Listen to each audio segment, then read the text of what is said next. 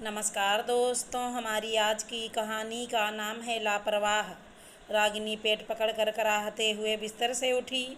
उसे दर्द से ज़्यादा डर लग रहा था, पर अब अगर उसने और देरी की तो बात हाथ से निकल सकती थी। वो कमरे से निकल कर किचन की ओर चल दी। रागिनी, आज देरी कैसे हो गई? तुम्हें पता है ना, तुम्हारे बाबूजी चाय ना पिए सुबह तो उनका पेट साफ नहीं होता। तुम आजकल बहुत लापरवाह हो गई हो, अपने ही धुन में रहती हो। रागिनी की सास सावित्री जी ने उसे डांटते हुए कहा। बस माँ जी, अभी बना कर लाती हूँ। रागिनी के मुंह से सिर्फ इतना निकला। सुबह का नाश्ता बनाकर और दोपहर के खाने की आधी तैयारी करने के बाद वो जल्दी से कमरे में जाकर पेट दर्द की दवा ले रही थी। तभी उसका फ़ोन बजा। हाँ माँ, बस सबको दोपहर का खाना देकर आज ही अस्पताल जा ही रही हूँ। आप अब चिंता करना बंद कर दो। माँ के कुछ भी कहने से पहले रागिनी बोल पड़ी। उसे पता था, पिछले 2 महीने से उसके पेट के निचले भाग में दर्द के कारण उससे भी ज़्यादा उसकी माँ परेशान है। 2 महीने से तुम्हें इतनी तकलीफ है और तुम्हारे ससुराल में किसी को पड़ी नहीं है। सबको बस अपने काम से मतलब है, पर अनिल से मुझे ऐसी उम्मीद नहीं थी। तुम तो घर के कामों में और दूसरों को खुश रखने में इतनी व्यस्त हो जाती हो कि तुम्हें खुद की पड़ी नहीं है, पर अनिल तो तुम्हारा ख्याल रख सकता। वो कब से इतना लापरवाह हो गया? रागिनी की माँ ने अपना संयम खोते हुए कहा। माँ, ऐसा नहीं है कि उन्हें मेरी चिंता नहीं, पर वो इतने व्यस्त हैं कि चाहते हुए भी आ नहीं पा रहे। रागिनी ने अनिल को बचाते हुए कहा। जब अनिल, उसकी माँ, उसके बाबा या बच्चे बीमार पड़ते हैं, तब तुम तो लापरवाही नहीं दिखाती। दिन रात जाग कर सबकी सेवा करती हो और किसी के पास तुम्हारे लिए टाइम नहीं। अगर आज तुम नहीं गई तो मैं वहां आकर तुम्हें ले जाऊंगी। रागिनी की माँ ने नाराज़गी जताते हुए कहा। हाँ माँ, कोई आए ना आए, आज मैं खुद ही चली जाऊंगी। रागिनी ने अपनी माँ से वादा किया। घर का बाकी काम निपटा कर रागिनी अस्पताल चली गई। वहाँ कुछ टेस्ट करवाने के बाद डॉक्टर ने उसे बाहर इंतज़ार करने को कहा। रागिनी के मन में अजीब ख्याल आ रहे थे। अगर उसे कुछ हो गया तो घर कौन संभालेगा? उसके बच्चों को कौन देखेगा? अनिल को तो चाय भी नहीं बनानी आती। उसके माँ बाबा भी रागिनी पर निर्भर हैं। इतना कि वह मायके जाती है तो घर उलट पुलट हो जाता है। रागिनी के माँ पापा क्या करेंगे? सारे बुरे ख्याल उसके मन में नाच रहे थे। तभी नर्स ने उसे अंदर आने को कहा।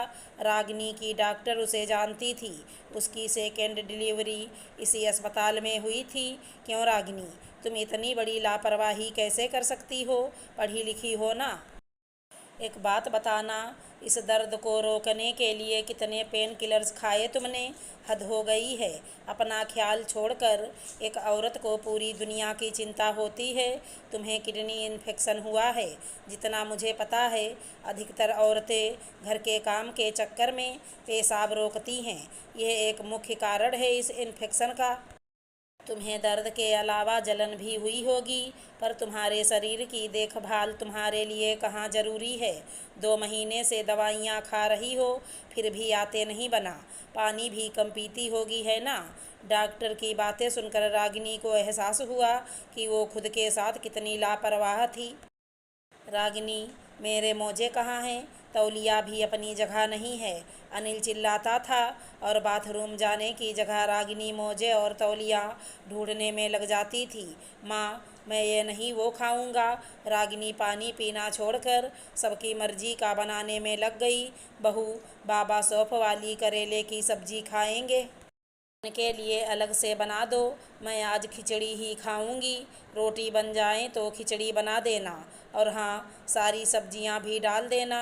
इस बीच रागिनी न जाने कितने देर तक बाथरूम जाए बिना काम करती रहती थी।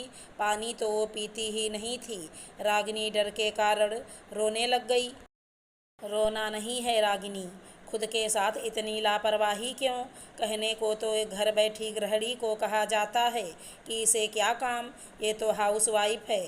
पर सच्चाई ये है कि एक हाउस वाइफ के पास पेशाब करने का भी समय नहीं होता।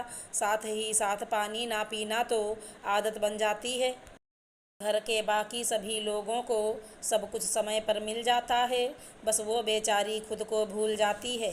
इस बार दवाई से काम चल जाएगा, लेकिन अगली बार स्थिति गंभीर हो सकती है। खुद के प्रति लापरवाह होना खुद के साथ अन्याय है, डॉक्टर ने रागिनी को समझाते हुए कहा। मैं अपना पूरा ख्याल रखूंगी अब से डॉक्टर, रागिनी ने खुद को संभालते हुए कहा। रागिनी जैसे ही घर पहुंची, उस पर सवालों की गोलीबारी शुरू हो गई। रागिनी सीधा जाकर सोफे पर बैठी और कहा, किडनी इन्फेक्शन हुआ है मुझे, पर आप लोगों को मेरी पड़ी कहाँ है? लेट क्यों हो गई? खाना बनाना है, ये करना है, वो करना है, फुल टाइम काम वाली रखो।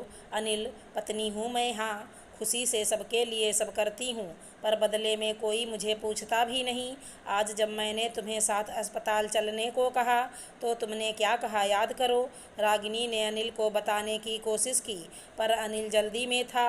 उसने कहा, रागिनी पक्का, आज दफ्तर से आकर तुम्हें अस्पताल ले चलूँगा।